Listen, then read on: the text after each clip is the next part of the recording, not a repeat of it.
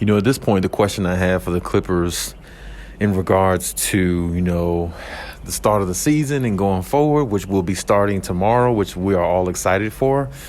The question I have for the Clippers is who on the bench will suffer from, all the talent that they have on their team in regards to their minutes. You know what I'm saying? Like, who on the bench will not play the amount of minutes that they were playing last year or the year before? Who has to take a step back or a back seat, basically, is what I'm asking. Who has to make that sacrifice off the bench? And to me, that's a huge question, because when we think about the Clippers as a whole, everybody on the Clippers has seen situational basketball, has played significant minutes, and has played with and without, certain players or key players in moments where they had to win.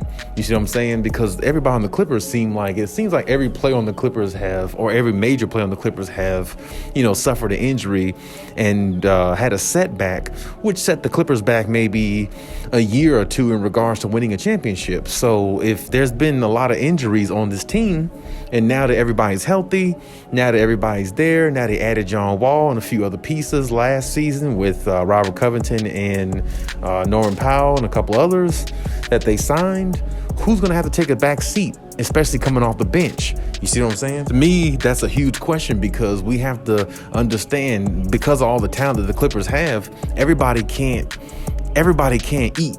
You see what I'm saying? Everybody can't get a piece of the pie. Somebody has to sacrifice. Somebody has to take a step back and be willing to do it and sacrifice for the team. And to me, there's only going to be maybe, of course, near the postseason, most coaches have an 8, 9, 10-man rotation that they like to go with somewhere in there, that they're going to go with pretty much the whole postseason. So we know it's going to narrow it down when it gets to that point. But even in the season with this team, it's going to be some narrowing down with this team as the season starts tomorrow, going into, Wednesday, their matchup against the Lakers, because, this team has so much talent. It's only one basketball on the court. You see what I'm saying? And that, goes a long way when we're talking about a team with so much talent like the Clippers. That's what comes with having so much talent that the Clippers have. That's what comes with it.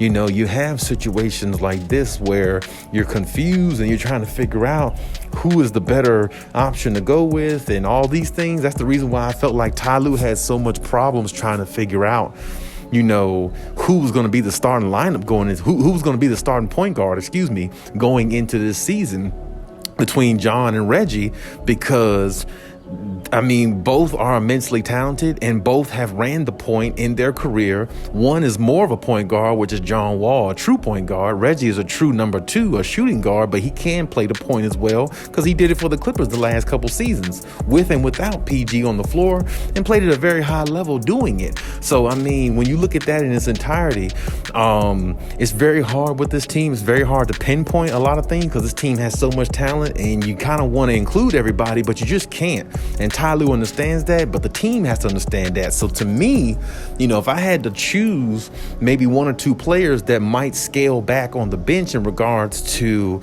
getting a lot of minutes or more minutes, the more minutes they've gotten in the last year or so, I might have to go with possibly maybe Luke Kennard.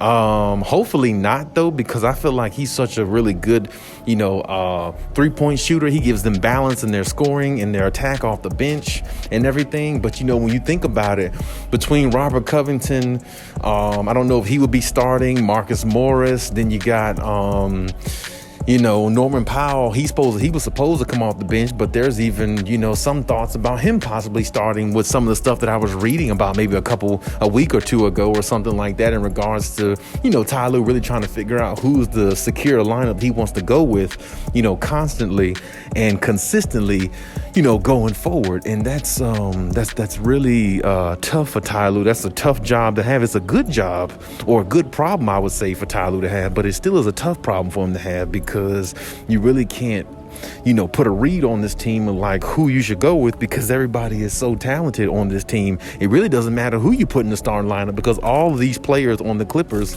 will excel if they're in the starting lineup, because all of them have played in the starting lineup before due to injuries of this team. Due to Kawhi Leonard and Paul George being injured the way they have, and other players being injured on this team. I feel like everybody on the Clippers have seen the starting lineup, which that's very rare with most teams. Most teams, only certain ones see the starting lineup and the rest see the bench. But for the Clippers, because they've been so injury prone, everybody on this team has seen the starting lineup and has had a taste of it and has played meaningful basketball. You know what I'm saying? Last year, all these guys on the bench with the Clippers and everything, they played so much meaningful basketball because they didn't have Kawhi, they didn't have PG, they didn't have that support, that superstar support or star player support. They had a little bit with Paul George. He played like half the season, but Kawhi didn't play any. So they didn't have that superstar full support like the way they were supposed to have, which could have probably propelled them a lot further than what they went last year in the play-in tournament. But at the same time,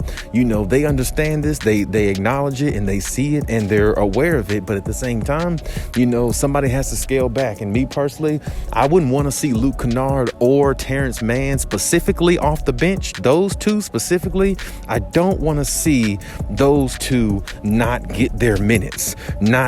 I don't want to see those two not get theirs. That would be, in my eyes, that would be not good. But at the same time, hypothetically, if Ty Lue did something where his main two guys that come off the bench to get the most minutes that really contribute is hypothetically Norman Powell and Robert Covington, well, most people would take Robert Covington and Norman Powell over Luke Kennard and Terrence Mann, because for one, Terrence Mann's a good defender, but Robert Covington is a better defender.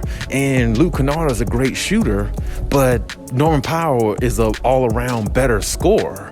You know what I'm saying? And he's won a championship in this league. And Robert Covington has been in the league for a few years himself and got a lot of experience in playing in the starting lineup and playing, more big games and more big situations. So when you think about that, it's really tough with this team. It's really tough to put a pinpoint on, who's going to come off the bench in regards to getting the most minutes. And then on top of that, you got to add Brandon Boston in there, because Brandon Boston is another one off the bench that a lot of people look at that could be the future of the Clippers. But he's one that a lot of people have high hopes for in regards to him playing better, being more of a factor in regards to their offense and their, process going forward, and, all those things. So, I mean, it's really to me, it's really a good question to really ask, because, somebody's going to have to sacrifice on that bench. I mean, honestly, somebody will have to sacrifice in the starting lineup too, because hypothetically, at some point, if they ever do go with John Wall in the starting lineup, John Wall can get you 18 and 10 a game, at least, you know what I'm saying? Especially in his prime. I say 18, 20 and 10, something like that. But really now, like as I said before, the Clippers only need about 15 and 7, 15 and 8 from John Wall. They don't really need that much out of him, but at the same time, if he can provide more, of course they would take it. So even in the starting lineup, there might be some sacrifices there in regards to scoring and things like that. But off the bench, I'm really interested to see who is really going to be consistently coming off the bench for the Clippers and playing, at a pretty decent high level for them, consistent night after night after night after night, throughout the season. And I know for the most part, Ty Lue is going to play everybody. He's going to give everybody an opportunity to play. But, even still, there's always the consistent guys that come off the bench that gets the most minutes coming off the bench. And then on the back end, sometimes a team is up 10, 15 points, with 4 or 5 minutes to go in a game or something like that. Then sometimes the coach will release some of the other guys off the bench so they can get a couple runs, get a feel for the game, even though the game is pretty much out of contention, but it still gives them a feel for the game and keeps them kind of sort of in rhythm too, So it'll be moments and opportunities like that as well for the Clippers, because I think you'll see a lot of games, or quite a few games, where they'll blow some teams out and Kawhi and PG is sitting down late third quarter with like 2 minutes to go and all the reserves are in and they're just resting the rest of the game.